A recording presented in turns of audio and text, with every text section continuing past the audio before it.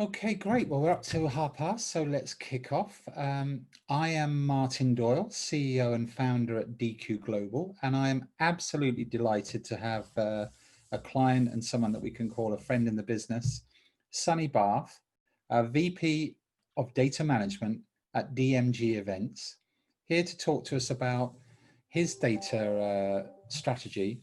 And I'm really happy that Sunny's able to join us because, believe it or not, he has a raging toothache and has to scramble to get to the dentist after this call. So we really do appreciate him being on today. So thanks again, Sunny. So along the way, I think we'll probably hear about the trials and tribulations and the strategy and some data maxims that Sunny has developed over the years. So thank you, Sunny. And we'll turn it over to you and look forward to it. Yeah, thanks for that introduction, Martin. I'll just share my screen. And I hope you can all see my deck now. There you go. Yep. We're seeing your Can you all see that? Slideshow, if you like. There you go. Perfect. Yep. Okay. So thank you for that introduction. And I do have a raging toothache, and even in these uncertain times, I've managed to get a dentist appointment, but I've been told I need a root canal. So oh boy. So if I start to slur or drool, please forgive me. No problem. So I've worked, just as a very, very brief introduction to my background, I've worked in the business-to-business environment in media and publishing for 28 years. Primarily all of that time working in a variety of roles in and around data. And it's something that I really enjoy. And I'm just going to share with you over the next 15 minutes, 20 minutes, and then we can talk about and answer some questions and do a Q&A on what really is a data strategy, what are the core components to the data strategy, and what I see as the foundations that underpin an excellent strategy towards data, and how we acquire it and how we retain it and how we leverage it for value.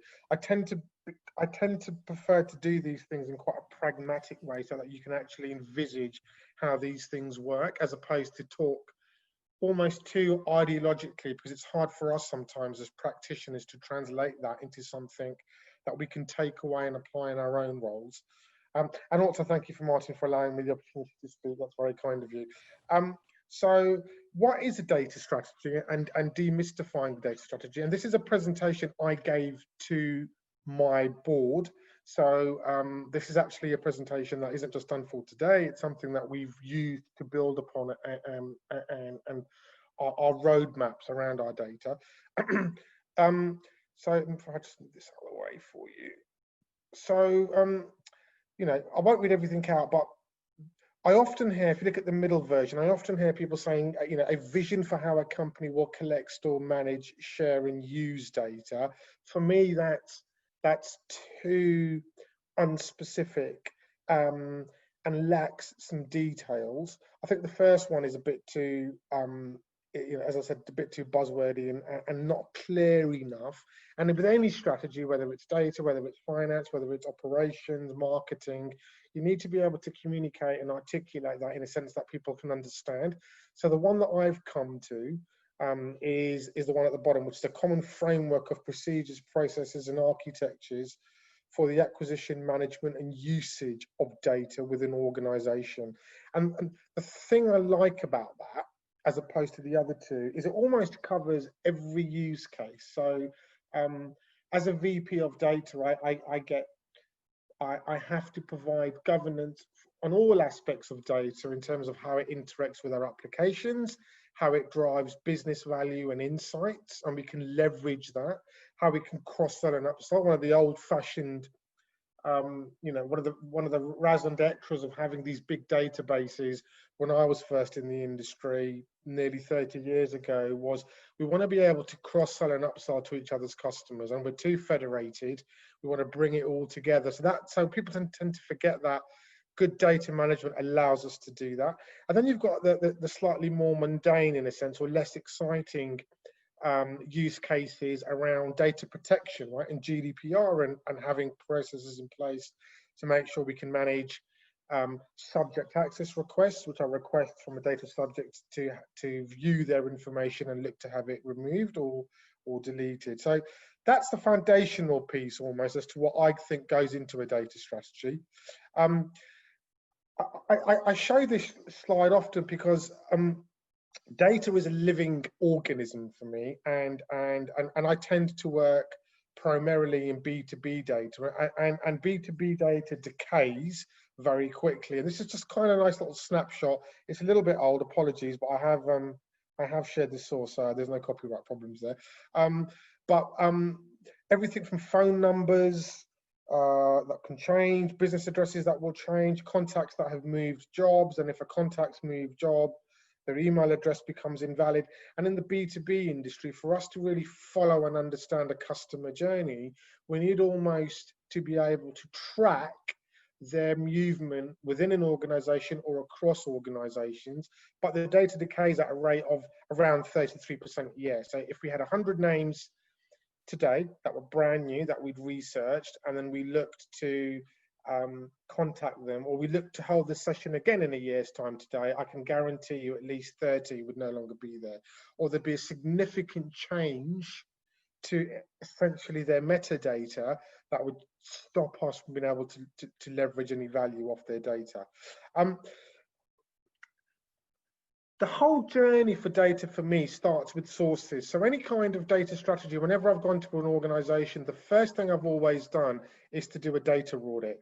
And the data audit is essentially, and you can use a spreadsheet, it doesn't need to be overly complicated, but it's purely a mechanical exercise to understand the variety, volume, and velocity of data we have in an organization. And I'll give you some examples, right? So name, address, company, job title, interest, activity. And I'm thinking about people here. I'm not talking about data that would go necessarily into a directory or financial transactional type information that may be used in currency exchange or asset management platforms. This kind of has a bit of a marketing use case over to it. We're interested in how much people are spending, how they're paying, what they pay, what currency they paid in, so all that transactional type information. And the blue cylinder in the middle, don't worry about the technology, because in a sense, that's the least important piece. I think 20 years ago, it would be very important, and the technologist half of my brain would obsess over Oracle, SQL, but with the advent of cloud computing and the ability to spin up services relatively quickly, and there being a reasonable amount of experts such as DQ Global and their team who've been supporting us on our journey in some facets to this, don't worry too much about that. The audit, the starting point, is all about, let's try and understand what organization we have in the data. So it's your first day in the job, and the first thing you do after you've had your cup of tea, coffee, orange juice, whatever, is to say, right, I'm going to think about how I'll pull an audit together. This carries on, okay, so then we can understand online behavior, site visits, dwell time, traffic, and engagement. Social media is a very important channel these days in terms of capturing data. There are so many touch points, from sentiment to engagement to comments to becoming advocates or detractors of a product. Third-party data provides a wealth of information that can really supplement what you have. So for example, and I'm sure most of you guys will have some experience or some knowledge of Salesforce as a CRM. Salesforce is brilliant, but to make it even better, you could use services like Dun & Bradstreet, who are one of and I'm not on any commission from them, but it's someone that I've been engaging with for a while, and they can give you really relevant pieces of information around a company or around the company's hierarchy and structure or people. So suddenly within Salesforce, if all you have is a name and address and you work with Dun & Bradstreet, they'll give you 60 more pieces of information pretty cheaply, right? Pretty cheaply. And I've got to make sure I don't turn into a salesman for Dun & Bradstreet, but pretty cheaply to add some depth to the data that we have. Marketing metrics, open rates, click-throughs, engagements. are important. Machine learning I've used in the past, which analyzes, in a sense, all the data that sits in this technology. That's at the moment I've deliberately kept it nebulous. That can predict future behavior. It could predict the propensity for someone to act in a certain way. It's still relatively expensive as a piece of technology, but there's quite a strong ROI case for that. And then you've got compliance and opt-outs. And I've deliberately kept this diagram or slide almost circular, almost as a hub and spoke. And hub and spoke is a theme that I'm going to come to again, but try and keep that term in your mind if you can. Because when we talk about architectures, it's important to understand how, now that we have all this data and we stick it in one place, in most organizations, SMEs or large organizations, we have a variety of applications and technologies, some new, some legacy, and how we push this information to the relevant applications in their real time is a really important piece. And this hub and spoke type model that I'm showing you here is quite keen. So, you know, you can probably tell, obsessively capture and store as much data, qualitative and quantitative, from across all our touch points. This seems like kind of a customer type based scenario, but it could apply equally to any type of data, right? And we want to connect that data together. The next step, once you've done that audit, is to say, okay, I now have 3, 4, 5, 10 million pieces of information. I need to somehow normalize it. And how do I make that accessible to the users? And this is a very simple slide around something called master data management, where effectively on the left-hand side, you have your data sources. And these could be separate SQL servers, Oracle servers. It could be an Excel spreadsheet sitting on someone's laptop, right? Data sources come in many shapes and sizes. We collect, we consolidate, we cleanse, and we distribute. So that's effectively master data management. And I'm going to try not to turn this into a DQ Global sales pitch, but DQ really helped us in this piece. So understanding our sources, collecting it, consolidating it, cleansing it, and distributing it, or pushing it to the users. That's kind of a simple picture of how I like to see this process work. Why is that process important? And this, you know, I've worked in identity resolution for about 15 years, and I've seen identity resolution come on leaps and bounds, but I've also seen it destroy many projects, whether it's CRM, whether it's marketing automation, whether it's reporting for finance. If we don't have a relatively sophisticated, and I use that word carefully, sophisticated process in place that allows us to use some sort of logic, and there's things like fuzzy logic or matching or phonetic, that allows us to get a good sense of the true identity of an individual, right? So in the old days, we did this visually, and it was cheaper to get people to do it. I remember working with IBM on this 18 years ago, and they wanted to charge me $17 per record. Now, when you've got 3 or 4 million contacts, of which you think 300,000 or 400,000 are duplicates, that's not effective, right? And we've come on leaps and bounds in that pace.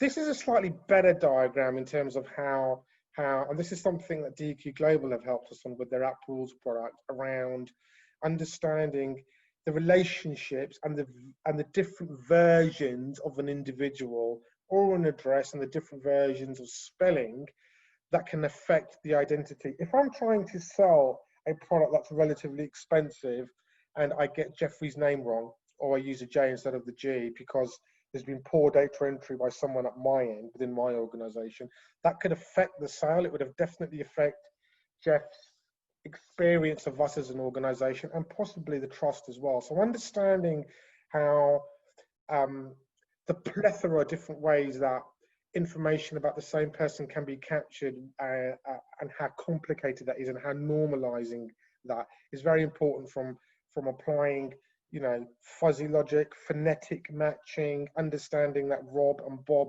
and Robbie are essentially the same person, having some sort of agnosticism around addresses, 433 Main Street or 34 or Main Street 433, but understanding that that is one and the same person, as opposed to it being an exact match before anything happens. Because if you work on that principle, you'll find that your database is very clean when in fact it isn't.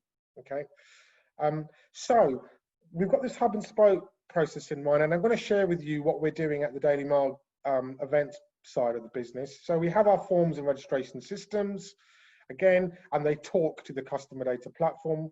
They push information that's captured live or forms. We have Financial Force and Salesforce doing the same thing. We have our website. We have over 70 websites that are supporting our events, where we capture information and we log and track what's going on. We have our social media management platforms. We collect that information and we will store that in this central repository. We have Dun & Bradstreet and Datamatics. Datamatics is another third-party vendor I use, but they do very similar activities to Dun & Bradstreet. So you can get a sense of how we are now applying real live applications. So I've taken the data array now, and now we're talking now almost of again, with the hub and spoke approach, we're almost looking at a systems architecture point of view. Lots of data sources in bi-directional feeds being stored in a central place. And let's just talk through a really simple use case. And this is one I use with my board to persuade them to try and visualize how this works in real time. So let's say, for example, we get a request for someone who's asked not to be emailed and not to be telephoned. Eloqua is a marketing automation platform, and that information will be stored into Eloqua. So we now have someone's marketing preferences. That then gets pushed into the customer data platform, and that should then get pushed into Salesforce. So that the Salesforce sales agents don't call someone they shouldn't be. Equally, we could spend some money with Dun & Bradstreet and buy some third-party data in. That would be useful to throw into Salesforce because it lends more context to the salesperson when they're building relationships. It could also be thrown into Eloqua, which allows marketers to do very targeted segmentation for live campaigns. Yeah.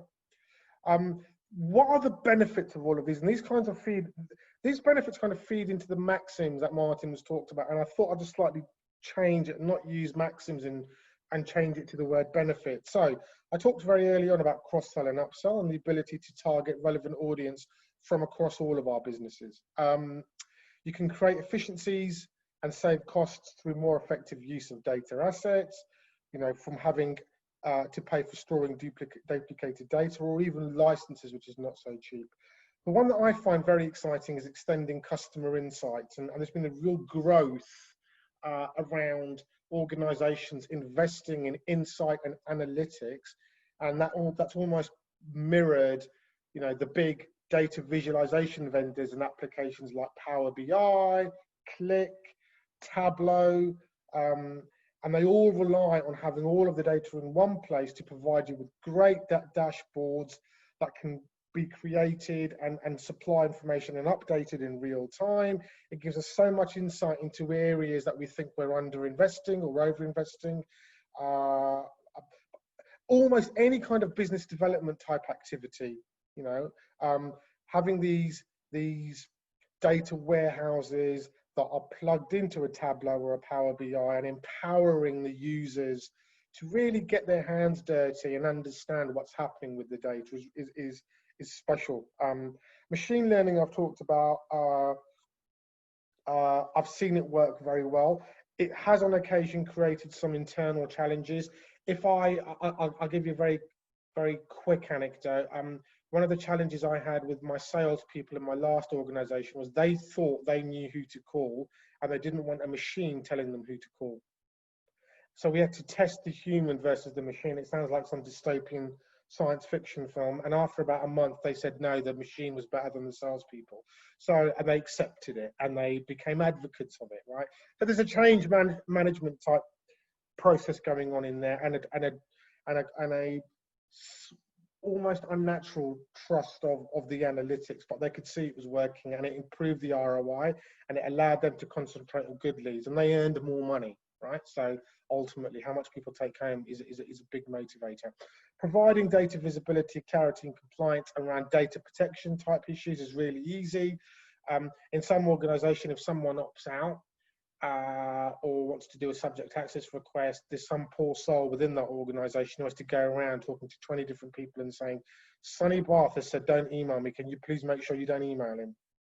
Right? So you could imagine how many of those you get. You know, the Mail Online, we're a huge news website, and we receive many of these, and this has to be able to be done in control, monitored, and actioned quickly. Increased marketing sophistication. I did look at the attendees to this, and I don't know how many of you are marketers, but having this information really allows us to really drill down and only push products to people who look like they'd be interested in buying it. Yeah. So it saves everyone energy, and we can have a really interesting and meaningful conversation and engagement with a prospect to try and turn them into a customer. That level of granularity around the more data we have really helps.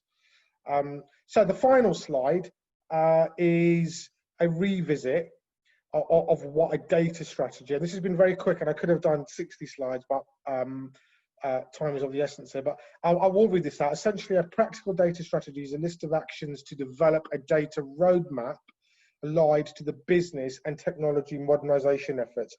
That is very important.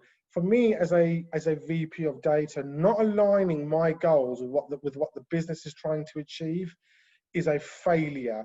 And the business tends to understand the data type processes less well. So the onus is on us as leaders in data to really have that conversation with them and win them over and get them to be advocates in what we're doing.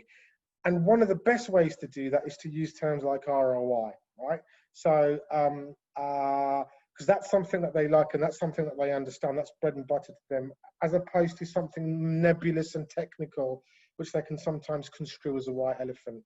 So this includes clarifying the vision and practical guidance for achieving that vision with articulated success criteria and KPIs that can be used to evaluate subsequent data initiatives. So I have a KPI, for example, one of them, and then I'll stop sharing. One of them is to say, I have to reduce the number of people that opt out. Very simple, it's not hard. And I've given myself a percentage.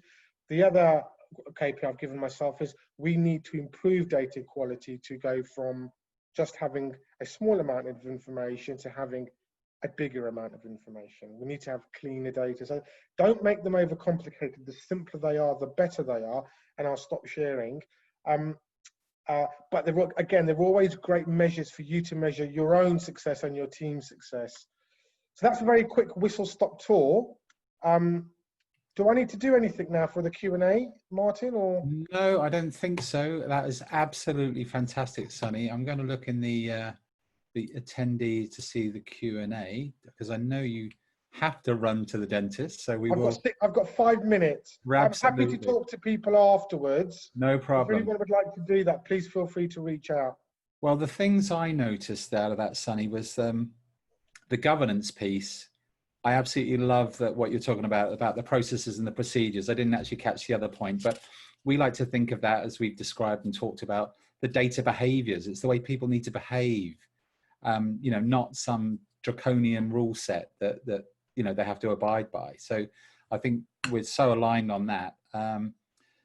KPIs, obviously, if you want the business to buy in, you've said it's got to be about the money, hasn't it? It's got to be a return on investment. So that reinforces everything we talked about in the fireside chat the other day, and an ownership actually and responsibility. I don't think we've probably got time to talk about that, but have you really quickly, almost a yes, no, is responsibility in the business, getting people to own it, the problem? Is that been a challenge for you? It has been a challenge, and actually Dan has just asked that question as well, so I'm going to try and answer both of them. Perfect. I'm glad someone asked the question. I was like, oh, Billy no mates. But thank you for that question. It is a challenge. I think that business people tend to view, and I'm trying not to use a cliche, but tend to view the data types as sort of respectable geeks, and actually that isn't the case anymore. But I would always, when I talk about how I win the business over, I always talk about revenue. So I say to them, imagine a world. So for example, the Daily Mail is a hugely federated business. The Daily Mail events business is hugely federated. If we run 70 to 80 events a year, they almost operate as their own entities, and they don't like sharing data, right? Because they're possessive over their data. Yeah. And I went and said to them, if I opened up everyone's data to everyone, applied some controls, I think you'll increase your revenue by 6 or 7%. Right. And for me to say something like that to them, they were like, really? How? And I'm saying, well, you're spending money acquiring new data. It sits over there, and we're the same company. So why are you paying £1.50 to buy a new name when you can have it there? So let's arrange let's create an environment where we trust each other. We have some internal controls in place. But if I can grow your business by 6, 7% by you doing nothing and letting me do it, they'll bite your hand off. Absolutely. Well, when we talked about that on Monday, it was all about, I mean, I like yourself, I don't think data is around business value. You don't have a data quality initiative, really. It's about doing something in business, increasing revenues. You talked about reducing costs, perhaps, or mitigating risks. They're really the business drivers, aren't they, for doing this? Yes, and exactly. Everything we do in the data quality world should be around supporting that.